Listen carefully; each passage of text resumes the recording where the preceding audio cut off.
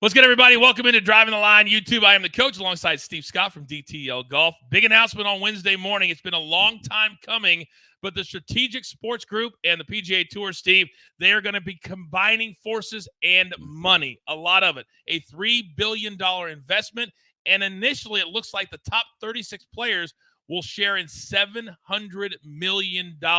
Initially, do you think this is going to make the players happy?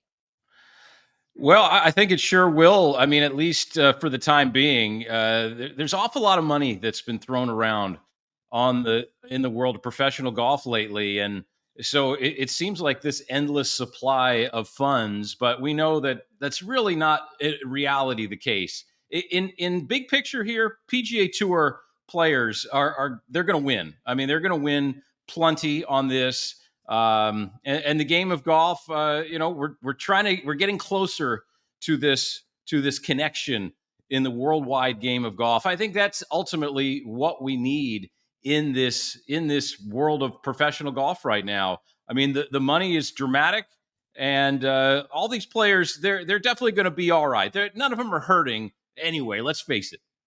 Yeah, that's the thing is you think about how much do you really need. And it's Yeah. interesting that they finally come to this agreement on a week of a signature event at Pebble Beach when all the top players are there. In fact, Rory McIlroy yesterday was asked about, does it taint this a little bit to not have the DJs of the world and the Brooks Koepkas of the world? And he's like, yes. And today that at least they're not people think it's Live and PGA Tour. No, it's the group that invests in both. But I think to your point and to Rory's point, the faster we can get to a cohesive golf universe, you can have all the top players at least sometimes during the year fighting it out outside of the majors. And I think this takes a big step towards that. Do you? It does take a big step towards that, and I think that all these players are going to be all right. Look, again, this is kind of like monopoly money. I mean, this is the. I mean, how many private yachts do you need in life, right? I mean, this is kind of that thing. But yes, as far as the cohesive nature of the professional game and the PGA Tour, I mean, we're getting very close for sure, and hopefully the whatever happens with the PIF and their connection and Live Golf and I feel like we're more than halfway there at this point. But yes, I think it feels good in a lot of ways to have all these familiar names and faces that are associated with some of the best sports brands in Major League, baseball or basketball or football, whatever, being involved with this. I think that's got a good ring to it. I'm so glad you used the word brand because part of this deal today, at least what they've released, is that for the next 5 years, all of the PGA Tour purses will be fully funded. Now, in years past, historically, say it's AT&T Pebble Beach, they would pay the $20 million purse. And now it looks like because of this investment, that's taken care of.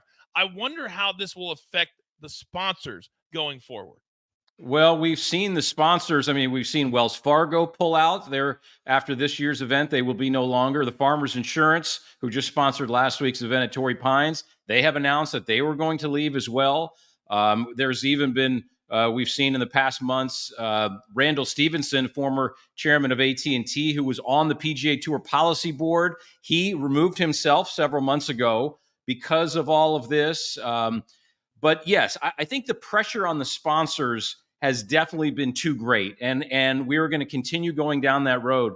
You were going to see it like the Honda Classic. Last year was the last year for the Honda Classic. So they kind of started this chain of events, it feels like. And yes, I think the sponsors are going to be much more pleased with all of this. And this for-profit entity now on the PGA Tour is going to look maybe a little bit different than it has. You mentioned the board. Strategic Sports Group will have a presence on the board now because of this investment moving forward. I think a lot of this was spurned on because you know me, Steve. I'm an entertainment guy, and I've been very outspoken that players on the PGA Tour, as much as they want to complain about stuff, they need to understand if they take care of their own brand, aka be more entertaining, that's going to bring more money to them. We saw that this week with Terrell Hatton going for a reported $60 million. John Rahm, very entertaining on the course, has a lot of emotion. He went for $300 million. Bryson DeChambeau. My point is, we've got great golfers on the PGA Tour, but a lot of the great personalities have left to go to live. And I think the players themselves, as much as they want to share in the equity and all of that, need to also look at themselves to help the situation and be a little bit more entertaining. What are your thoughts? 100%. I mean, I know you come from the world of wrestling, and yes, there's the players that have shifted over to live have been kind of the spice on the PGA Tour in past years. And a lot of that spice, I think, has been removed. Obviously, all these players can play great golf, but as a fan of the game, you definitely want more than that. You want more than just the player who can play some good golf, but is kind of really quiet, like Patrick Cantlay. Perfect example. He's a wonderful player, but he just has kind of his personality is a little bit, maybe a little more that needs to be desired there. But I think you look at the players of yesteryear, the Chichi Rodriguez, the Peter Jacobsons of the world, when they really knew they had to build up the brand of the PGA Tour, and they did that. I think overall, what Colin Morikawa said very similarly to that recently is correct. The thing is now the money is there, and that's what the players have wanted as they watch other people go to live. And now it's time to build up the brand of the PGA Tour and keep all the great players here and maybe have a little competition, which won't hurt anybody.